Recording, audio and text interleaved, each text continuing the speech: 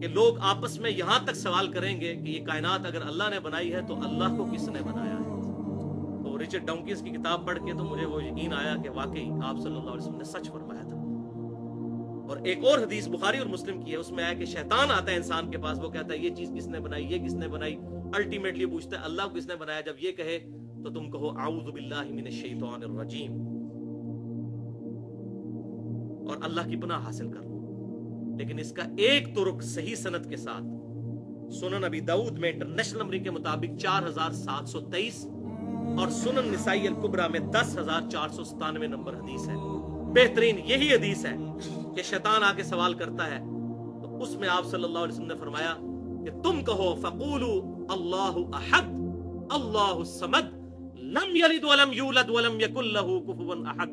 تم کہو کہ اس نے بنایا ہے مجھے جو اکیلا ہے، اس کا کوئی ثانی نہیں ہے، بے نیاز ہے، نہ اس نے کسی کو جنا نہ وہ خود کسی سے جنا گیا، اور اس کی برابری کا اس کی ٹکر کا کوئی نہیں ہے. یہ سورۃ الاخلاص جو ٹچ سٹون آف تھیالوجی ہے، توحید کا سمجھ لیں کسوٹی، جو یہ گولڈ سمتھ سنیاروں کے پاس کسوٹی ہوتی ہے نا، ٹچ سٹون آف تھیالوجی سورہ اخلاص ہے. تو تم یہ سورہ اخلاص پڑھ دیا کرو. اور ایک اور حدیث بخاری اور مسلم کی ہے جس میں آپ صلی اللہ علیہ وسلم نے ارشاد فرمایا کہ جب شیطان یہ وسوسہ دلائے تو کہا کرو آمنت باللہ ورسولی، میں ایمان لایا اللہ پر اور اس کے رسولوں پر. اب یہ کہنا تو بڑا سادہ سا جملہ ہے، لیکن اس کے پیچھے کیا فلسفی ہے کہ دنیا میں ہزاروں پیغمبر آئے، رپورٹ ہوئے مختلف علاقوں میں، اور ہزاروں پیغمبر ایک ہی بات کرتے رہے کہ آخرت کا دن ہے، ہمیں پیدا کرنے والا ایک اللہ ہے جو اچھائی سے خوش ہوتا ہے، برائی سے ناراض ہوتا ہے، دنیا میں کسی کے ساتھ زیادتی نہ کرو، اس کے احکامات کی پیروی کرو. تمام انبیاء ایک ہی دعوت دیتے آئے. وَلَقَدْ بَعَثْنَا فِي كُلِّ أُمَّةٍ رَسُولًا أَنِ اعْبُدُوا اللَّهَ وَاجْتَنِبُوا الطَّاغُوتَ. ہم نے ہر قوم میں کوئی نہ کوئی پیغمبر بھیجا ایک ہی دعوت کے ساتھ کہ اللہ کی عبادت کرو اور اجتناب کرو طاغوت سے. ہزاروں پیغمبر ایک ہی بات کرتے آئے. بھائیو یہ اتنا بڑا اتفاق کیسے ہو سکتا ہے کہ ہزاروں پیغمبر ایک ہی بات کریں؟ اگر معاذ اللہ استغفر اللہ ان کا نظریہ اپنے آپ کو پروموٹ کرنا ہو تو ہر ایک نیا کنسپٹ لے کے آئے. ہزاروں پیغمبروں کا ایک بات کرنا خود اللہ تعالیٰ کی وحدانیت کی ایک بہت بڑی دلیل ہے. اور پھر ان کا کریکٹر کہ وہ پیغمبر ایسے کہ پوری قوم ان کے کریکٹر کو ماننے والی. ہزاروں پیغمبر مختلف قوموں میں ہر جگہ ان کا کریکٹر ایک اور سب ایک بات کریں. اتنا بڑا حسن اتفاق کیسے ہو سکتا ہے؟ اس کی تو زیرو پروبیبلٹی ہے. اب آپ کو بات سمجھ آئی ہے بخاری اور مسلم کی کہ جب شیطان وسوسہ دلائے تو کہو آمنت باللہ ورسولہ، میں ایمان لایا اللہ پر اس کے رسولوں پر. ہزاروں سچے پیغمبر جھوٹی بات نہیں کرتے جن کا کریکٹر انسانیت نے مانا ہوا ہے. تو یہ لاجیکلی وسوسہ کل ہوا. اب آخری 4-5 منٹ میں ضمناً میں وہ بات بھی ایڈریس کر دوں. یہ بھی وسوسہ دیا جاتا ہے کہ بتاؤ کہ کیا اللہ تعالیٰ اپنے ساتھ کا کوئی الہ پیدا کر سکتا ہے؟ یہ سوال ہوتا ہے. یا اللہ تعالیٰ چاہے کوئی ایک پتھر ایسا بنا سکتا ہے جسے خود نہ اٹھا سکے؟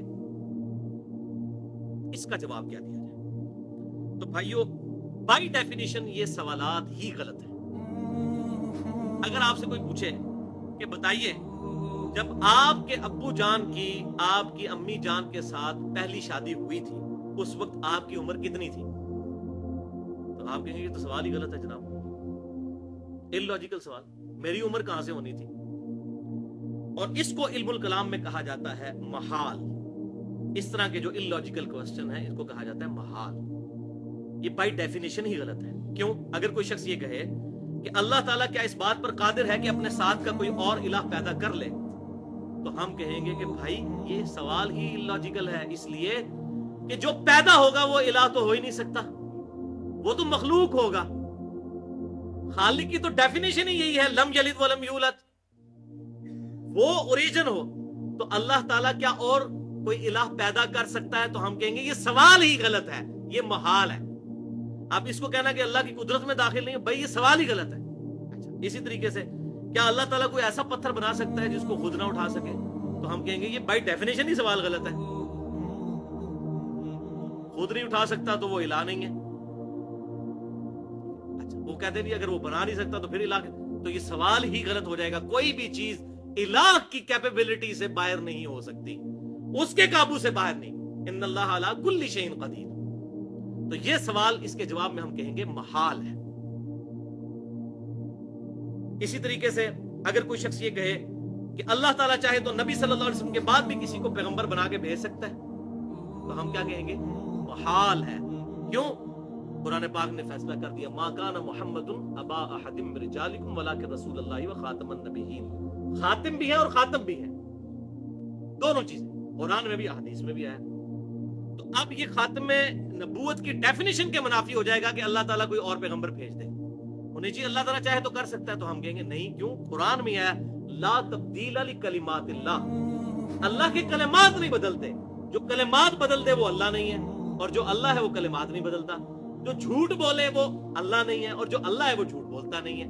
کوئی بھی نٹوریس کوالٹی اللہ تعالیٰ کے ساتھ منسوب نہیں کی جا سکتی. کیا اللہ تعالیٰ جھوٹ بولنے پر قادر ہے؟ ہم کہیں گے کہ یہ سوال ہی غلط ہے. ٹھیک ہے. اسی طریقے سے کیا اللہ تعالیٰ چاہے تو موسیٰ علیہ السلام کو دوزخ میں اور فرعون کو جنت میں بھیج دے؟ تو ہم کہیں گے محال ہے.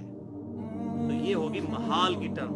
اور دوسری ٹرم ہے مقدور. اس کے اپوزٹ مقدور ہے جو اللہ تبارک و تعالیٰ کی قدرت میں چیزیں داخل ہیں چاہے اس نے نہ کی ہو.